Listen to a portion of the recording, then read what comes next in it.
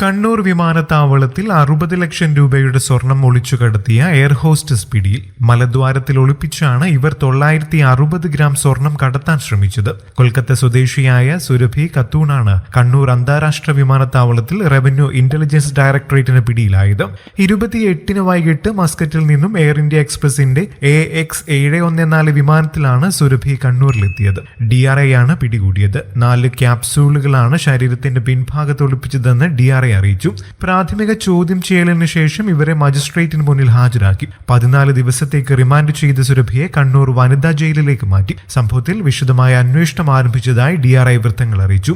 മുൻപ് പലതവണ ഇവർ സ്വർണം കടത്തിയതായാണ് ഇതുവരെ ലഭിച്ച തെളിവുകൾ സൂചിപ്പിക്കുന്നത്. മലദ്വാരത്തിൽ ഒളിപ്പിച്ച് സ്വർണം കടത്തിയതിന് വിമാന ജീവനക്കാർ പിടിയിലാവുന്ന ഇന്ത്യയിലെ ആദ്യത്തെ സംഭവമാണിത്. സ്വർണ്ണക്കടത്തിൽ കേരളത്തിൽ നിന്നുള്ളവരുടെ പങ്കടക്കം അന്വേഷിച്ചു വരികയാണ്.